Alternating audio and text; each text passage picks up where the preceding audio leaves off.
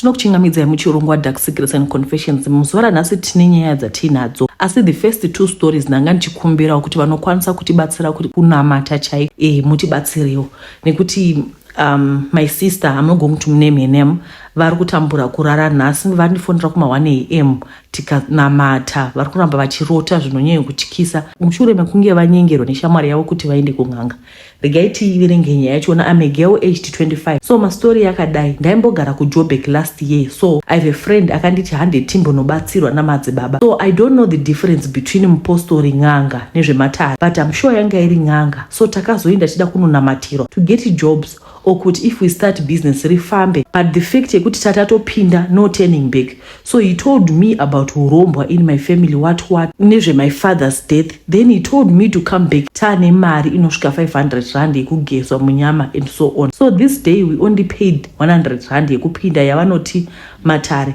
Then he gave us, I don't know ningati munamato or chi, but it was liquid.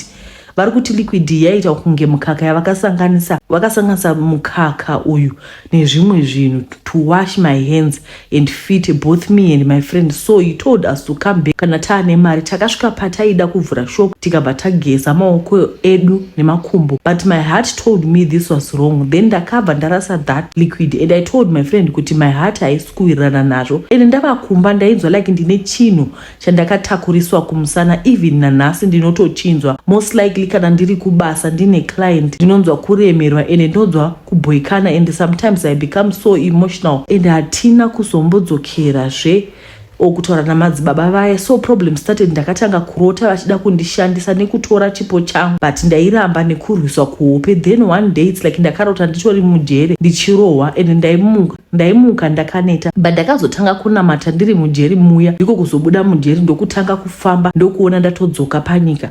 Ndakatotanga kuenda kuchechi every Sunday kuma all night ndichinamata. Saka friend yangu haana any changes dzaakambowana muupenyu hwake.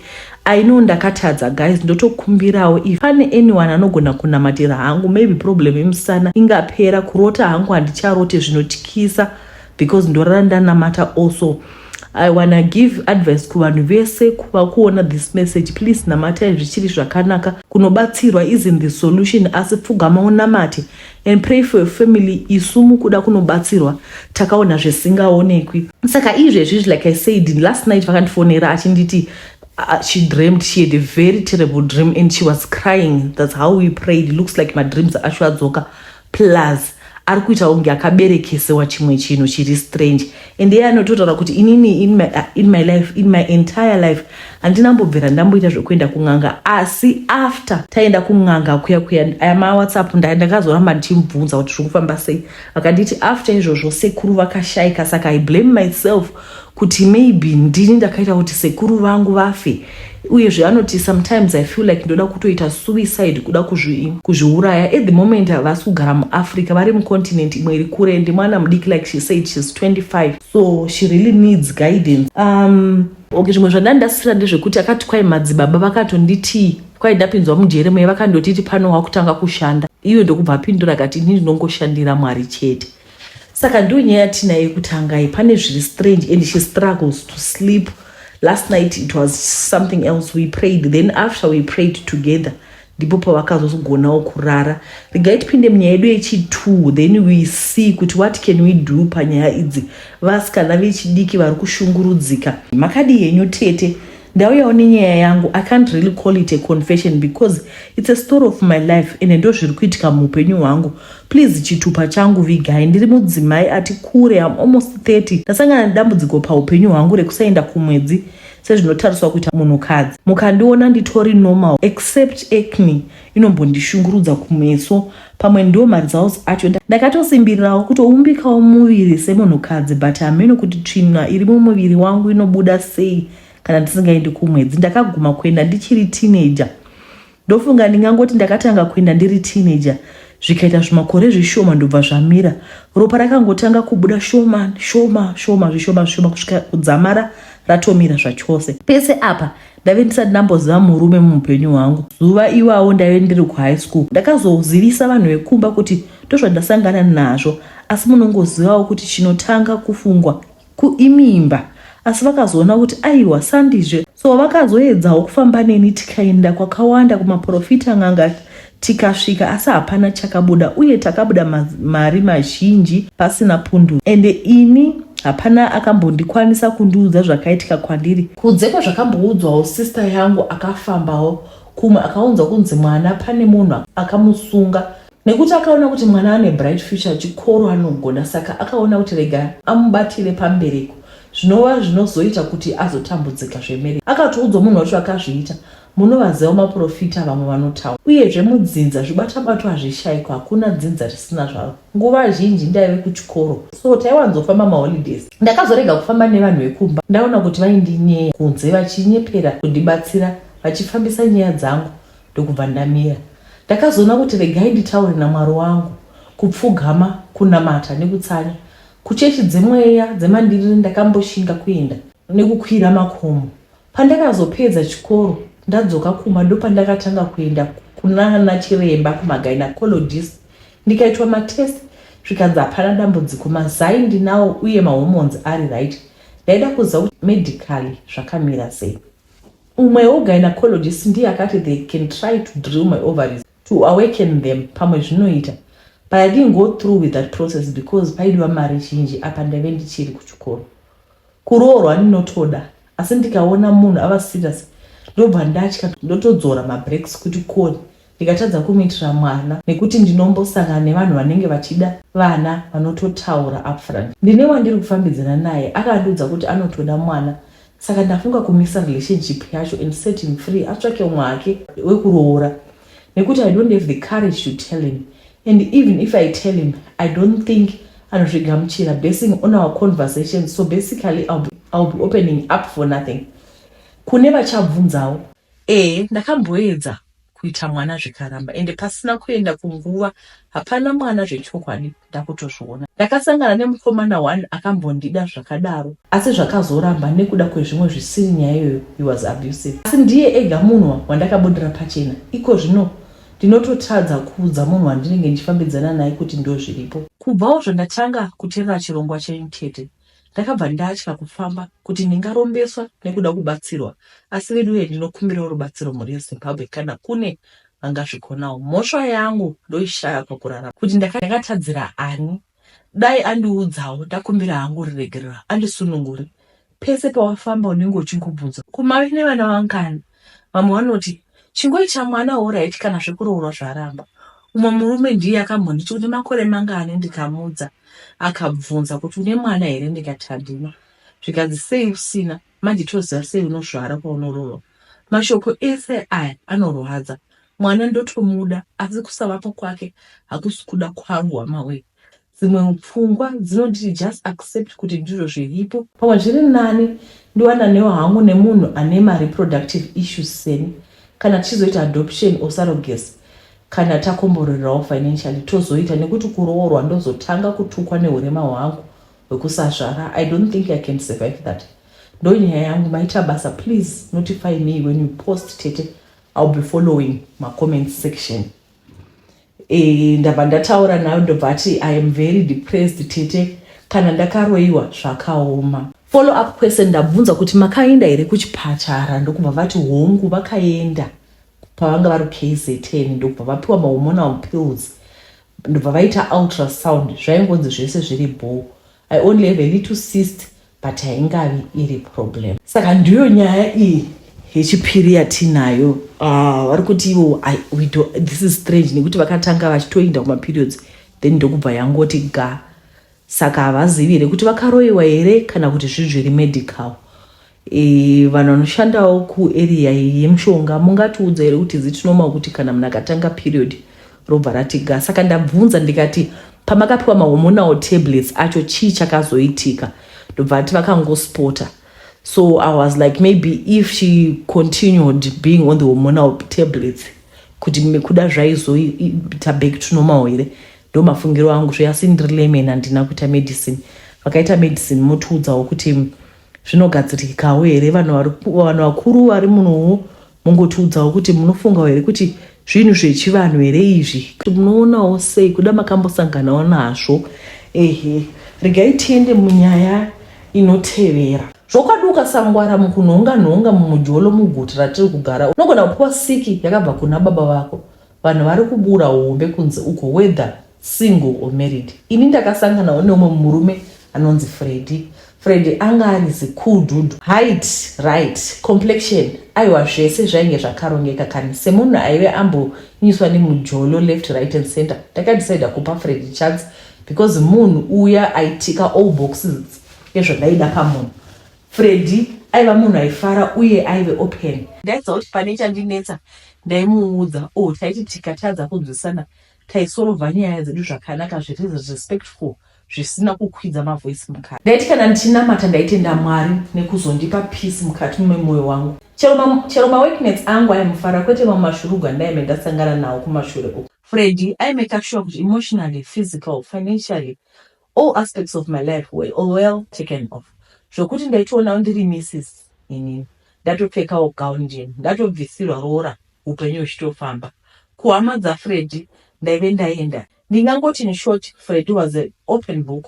What you see is what you get. Ndaidza kuti zvakanaka kuva pano uye zvaive zvakanakawo kuva in a relationship naFreddy. Mudumbu mamai vangu takangozvarwa tiri vaviri, ini nehanzvadzi yangu Phil. Baba vainge vatiza vaenda neni. Hama dzababa vangu dzaiziva kuti tiriko nokuti mai nababa vangu were married officially. Kuti vana Itai vari kubatana nei. Mai vaisatiramidza kunoona hama dzababa vedu, vaitoda kuti tikure tichiziva dzinza redu. Asi pataenda kumaholiday kumba kwehama dzedu, taitoona kuti zvaitova zvokumanikidzira. Taitozviona tega kuti pano hatisi kudiwa, hatisi welcome. Saka mukuavoida kuenda kwatisingadiwi, takadzidza kugara tega tichizvidefenda. Saka zvakaita kuti tive very close mukukura kwedu kubva tichiri vana kusvika tava vanhu vakuru.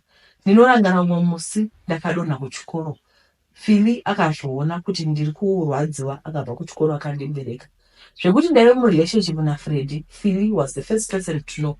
Ndaida kuti avhete kuti Freddy aiva kamira sei. It meant so much to me because Phil aisangova big brother kwandiri, asi aitovawo baba.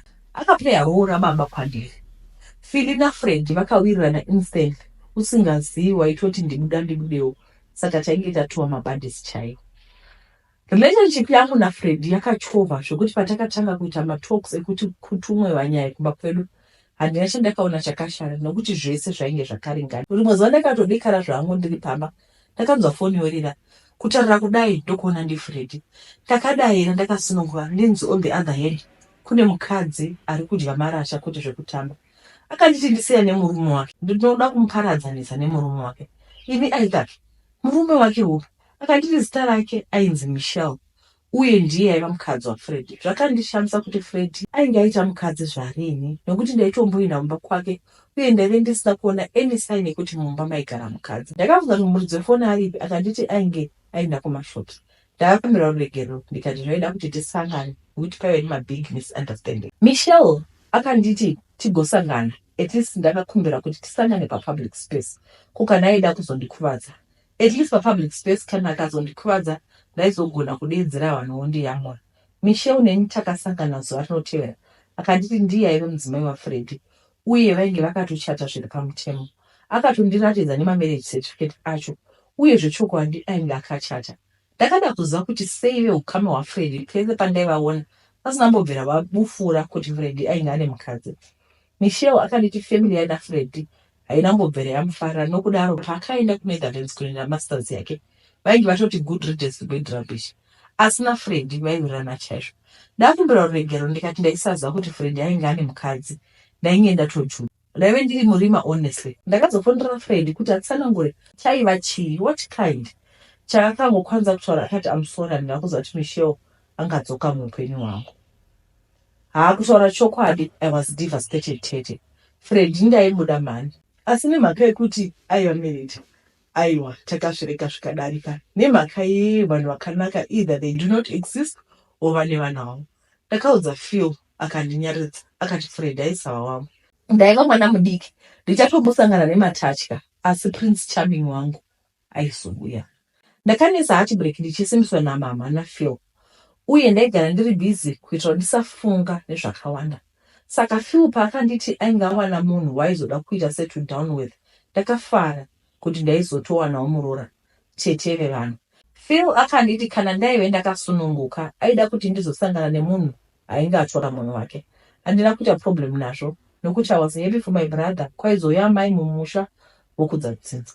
Takaronga kuti tizviite paweekend. Semunhu aive akatarisira mwene, ndakatomuka makuseni ndikatobika nekutsvairawo. Mama neni takatogadzira kuona mwene. Mota yakasvika tigere mumasofa. Mama vainge votopururudza mota ichipinda kugedhi. Ndikaenda ndirini kunovhura gonhi.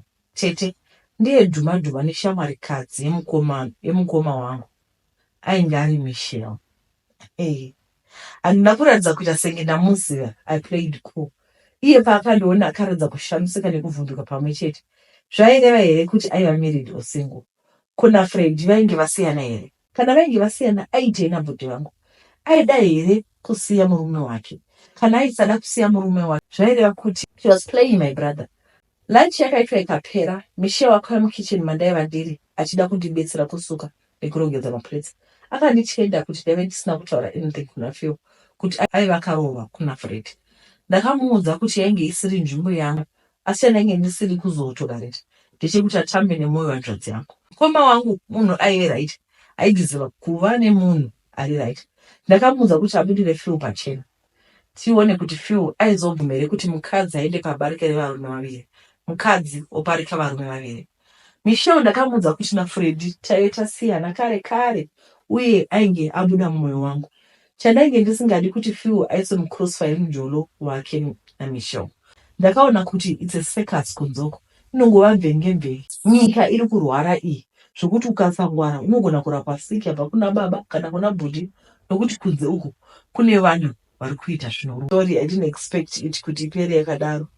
Ndatokoshamisikawo. Ndiri musikana ane 20 years, ndiri mwana womusango. Ndakazoziva kumusha kwedu last year mushure mekunge mai vangu vashaike. Ndichasanangura nyaya yangu zvishoma. Amai vangu vakaita varume 5. Amai vaingoitawo mwana pano vobva, mwana apo vobva. Ini ndini last born. Kutaura chokwadi, amai vakandisiya ndiri mucheri ndine 1 year 8 months vachienda kuJoni. Amai havana kuzodzoka, vakazodzoka vave mucoffin last year. Asi baba vangu havana kundirasa tete. Vaipota vachiuya kumusha zvechivande nekuti munhu aive nemhuri yake. Mumhuri wababa kwaitozikanwa kuti kune mwana waJames ari musango, asi vaifunga kuti baba havana basa neni. Ambuya vangu mai vanobereka baba ndivo vainge vachiziva kuti nababa tinoonana, plus ivo mbuya vaitonditumirawo hembe nechikafu kumusha kwamai kwandaive ndiri. Ambuya vangu ndaisavaziva kuvaona face to face. Taiwanana pamapikicha basi, vanhu vachiti ndainge ndakafanana nambuya, kunyange zita ndainge ndakapiwa nambuya vangu. Amai vakazoshayiwa nekubayiwa nebanga kuJoni, ndokuuya kwavakazoita kumusha after vandisiya ndiri mucheche. Kuna mai vangu Mwari ndiye anoziva hake kuti amai vainge vakativengerei. Ndinongoti amai zora henyu murugare, asi makatibaya muchiri vapenyu. Nanhasi rudo rwamai tinorushuvirawo. Regai ndiendere mberi nenyaya yangu. So tete amai vashaika ndipo pakabuda chokwadi kuti kumhuri kwababa vangu mbuya nababa vaitaura neni nekuti vakauya kuzochema neni pakufa kwaamai. Rufu rwapera, ambuya vakati ndichamboenda nemuzukuru wangu kuti anoona rudzi rwake. Akangoita mwedzi anodzoka hake. Hapana akabviramba tete. Vanhu veukama hwaamai vakati zvafadza kuti ndoendawo kunoona rudzi rwangu. Kana vari vamwe vana 3 vamai vangu havatoziva nababa vavo. Amai vakangomitiswa vakasarudza kufa nesecret yekuti ndiani vana baba vevana ava. Takakwira tikaenda kwamutoko tete. Ndakati ndasvika pababa vangu ndikaona pane upfumi, pane dzimba dzinenge dzemuHarare, asi vana tete vangu hapana kana umwe ane murume. Pane dzimba dzinenge dzekuHarare, 1 ane 38 umwe ane 36, hapana kana umwe aive ane murume. Izvi ndakazozviziva tete vandiudza kuti dai Mwari akakupawo murume, isu zvedu zvakaramba tatochembera tisina kumbosvitsawo shoko nevarume. So ndakati ndagara 2 weeks ndakadedzwa nambuya akati vaida kundiitira chivanhu chekuti nditambirwe mumusha. Zvikanzi izvi zvichaitika paweekend baba vangu varipo pamwe nevamwe vana baba vangu nemadzimai avo, vana bamukuru nanabamunini. Weekend yakati yasvika pamba vanhu ndokuungana, pave nedoro, pakaoroya mbudzi yaidyiwa isina soti. Ndakanzi ndigare parupasa. Ndakati ndagara mbuya nababa vakauya vakandigashiza mutsvairo, duri nemutsvi nerusere, zvichinzi sazita wambuya apinda mumusha uye ndiye achaita sara pavana kana mbuya vashaika. Kupembera kwapera indakabata foni ndikaudza mbuya amai vanobereka amai vangu vandakakura navo kuti ndizvo zvaitika. Mbuya vakati kuziva kwangu maybe waitwa mukadzi wechikwambo kana kuti pane chawagashigwa. Ndakagara kumazuva mbuya vakafona vachiti vanorwara serious. Ambuya vangu mai vababa vakatoenda hako zvataibudira zvakatoitika. Ndakadzokera mbuya mai vamai vakanditora ndokuenda kumuprofita akandotiratidza zveuroyi wandakagamuchirwa nambuya. Tadzoka ava manheru handina kurara tete. Ambuya vangu vakapinda live nepamadziro vakanditi wada kutamba hauwini. Chandakakugashidza ndechedzinza kuda kutamba neni unofa. Kana wakangwara gamuchira chipo icho udzoke kumusha ndikudzidzise zvaunenge uchiita. Pekutanga tete ndakati inenge fission asi zvaitoitika. Ava makuseni ambuya vakamuka vakaenda muromo pasaidi. Chavakangona kutaura vakati ko ndakavatadzireiko mbuya vako, ko ndakakuchengetawo wani. Zuro handina kurara ndichirohwa zvakaipa netukomana tudiki twakapinda muno nambuya vako. Tete ndakabva ndaziva kuti kwandiri yaisava fashion. Ambuya vangu vakatishanyira usiku. Ndakamhanya kunodana madzibaba asi akaramba kuteerera nyaya yangu. Akati sowe rake richiri tete panyaya idzi. Tete, baba vangu musi wacho iwowo vakafona vachitidzokera kumusha kuna mbuya vako uite zvavanoda. Chinondorwadza ndechekuti baba vangu vakarangana nambuya kunoda kundipa uroyi. Rudo rwadaitwa nababa nambuya vaiziva havo kuti vanoda kundisira uroyi. Tete ndinorwadziwa. Mbuya vangu amai vamai vangu urwere huri kukwira zuva nezuva. Ndainge ndati nhamo yangu yapera asi tete ndakutotanga nhamo futi nekuti baba nambuya vari kuti ukaramba uroyi uyu uchagwa. Ko baba makaona ina hangu ndakakodzera kuti ndibarire uroyi. Ko vana venyu vamunogara navo makadii kuti vapiwe shavi iri. Hazvinei hazvo tete. Chandinongokumbira kubatsirwa kuti mbuya vangu vararame nekuti kufa kwambuya vangu upenyu hwangu hunobva homa. Ndibatsire hama dzangu ndikwanise kukunda baba vangu nambuya vangu. Zvakaoma zveupenyu. Munoziva kuti unenge munhu inandihwisisi nekuti like you're an absent father in this child's life, then kana wakuuya uri kuuya kuzokonzera maproblems. Munoziva here, I know of someone aitotaura kuti I didn't know my father. Ndakavatsvaka asi ndavatsvaka ndinozvishora kuti ndakavatsvakire nekuti vakauya nematambudziko akawanda muupenyu. Vabereki vedu vanouya nezvimwe zvinorema zvekuti unoshaya kuti ko zvaita sei. Imwe nyaya iripo iyi ndaita zvekuitumirwa. Inyaya yangondirwadza. Hanzi yabva kuFacebook nyaya iyi ndangoitumiro zvangu. Hanzi ndakauraya mwana wangu nekuda kwechikomo. Ndaigasa nemwe murumewo anobva kumaTebeleland originally anotaura chiNdebele. Ndobva ndaita mwana wangu tikasiyana, mwana ane 3 years. Ndobva ndawana chimwene changu tikatanga kugara tese. Ndobva taita mwana 1 musikana uyo wemuNdebele mukomana. Mwana asati azvara ndobva tasiyanazve. Mwana achizvara ari kuma5 months ndobva ndasangana nechimwene tikatanga kugarisana. Asi aisafarira vana vangu. Uyo wekuZimbabwe aitoenda kwababa vake ndokupona kwaakaita. Uyu musikana uyu ndiye wandainyanya kugara naye full time. Mwana akati asvitsa 1 year 5 months murume akatanga kuti ini vana vako handivadi kunyanya uyu weMalawi. Zvikanzi tsedha unomenesa baba wake unomuuraya. Indanga ndiri desperate zvisingaiti. Ndaisashandawo. Ndakatanga kubikira mwana mofite porridge riya rine mvura inotonhora. Ndochasemayo ndopa mwana ndikaona zvisingashandi. Ndaiti pese pandaibika mukaka wake ndaisa zvimadrop zvemushonga wemakonzo. Ndaida afe mbichana. Mwana akazongotanga kunzwa mudumbu. Mwana akachena kufesi kuti mbu. Vanhu vachiti tipe mwana tiendese kuchipatara. Ndairamba kusvika azongoti zii akafa. Ndatopedza kumugezesa. Moyo wangu kani. Mwana ari kumochari manesi anoti pakaitika chishamiso chituna chakange chakataridzwa mudenga ndobva chatarisa side cheka pakuita body viewing. Pakuita body viewing akanga akatarisa mudenga. Nguva yandakasvika nastep father tichimona akabhataka kueredza musodzi, ziso richiyerera ropa. 1 ziso richiyerera musodzi, 1 richiyerera ropa. Akabva ashandura akatorana neside. Vanhu kuzama kuda kumurakidza akatarisa mudenga.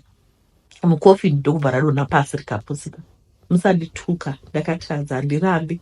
Ndosaka ndauya kuzoreurura. Upenyu huri kurema, musandituka anyway. Mwari ngatibatsire. Kune vaya vanoti I did today, I'm sorry, I'm going to judge.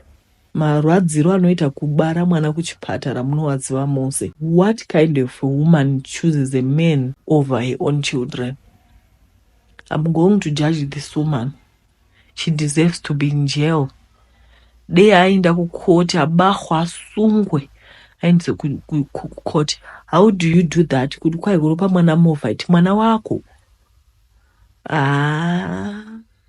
Handisati ndambona zvakadaro muupenyu hwangu. This is not good. This is not good. Hapana mai chaivo vakaenda kulabor vangati kwai ndoda kusafa relationship nemurume. Saka kana murume wacho akati uraya mwana iwe ukauraya, do you think relationship iyoyo ichaendera mberi? Kana vana musingavadi kuvanhu vanogara kuSouth Africa, kune machildren's home, endai munosiya vanawo machildren's home. Those kids, they have a bright future. Vakasikwa naMwari for a reason. Saita zvinhu zvisina musoro. Makadii tete nemi vedare, ndauyawo nenyaya yangu yadai kundiremera mwoyo. Ndega handichazivizana ndikutora nekuti ndasangana nezviya zvinonzi pachirungu stuck between two rocks. Tete ini ndiri mudzimai ane makore 40 ekuberekwa. Ndine vana 3 nemurume wangu muchete watigere naye. Chiripo ndechekuti murume wangu anoshandira kubasa kure nekumba, city far away from home, and he travels alone achindisiya ini nemhuri, zvekuti nguva dzake zhinji anenge ari out nebasa. Tinomuona pano neapo. Nekunzwa kuboikane, I wanted to stay active and social. Ndakafunga zano rekuti regai ndichitanga kuenda kujimu. Kujimu kuya kwainakidza tete zvekuti ndakatanga kuona shanduko pakuumbika kwebody yangu. I started feeling that I have a great body and I couldn't stop admiring myself. I met this guy at the gym and tose takatanga kunzorana sugar kuti ndomuda mani. Pakabaka moto werudo and we started dating. Ndikati dating ndaresva nekuti guy who was married also. So we started having an affair. Mnoza, you found love is something else, tete. One thing led to another and we started having sex. Zviya zvanaimboshushikanwa kuti baba vanoenda kubasa kure votinya zvakange zvakanganikwa nekuti murume uyu aindipa rudo rusina kana kutuvidzwa tete. My dude, this is the first time cheating on my husband ever since we got married, despite the fact that ini naguy uyu we are both married. Ndauya kunzwa shanje kakumuchengera zvakaipisisa nekuti ndine mazirudo akawanda for him. I really care for this man and I love the connection that we have built. Handisi kutoda kumurekeza. As I said my confession to you tete, tasvika pabumira nekuti ini ndosiya murume wangu for him and iye osiya mukadzi wake for me. I'm so confused kuti ndoendera mberi nedecision iyi here ondiite zvemarriage yangu. I really need you to help me tete nevidare. Ndiyo nyaya yekupedzisira yatawana iyi. Mungosiyawo makoments susu tangopa zheve pambachona kwanzi a wise man once said nothing. Can I be a wise man and say nothing? Anyway, wenezuva rakanaka ndatenda.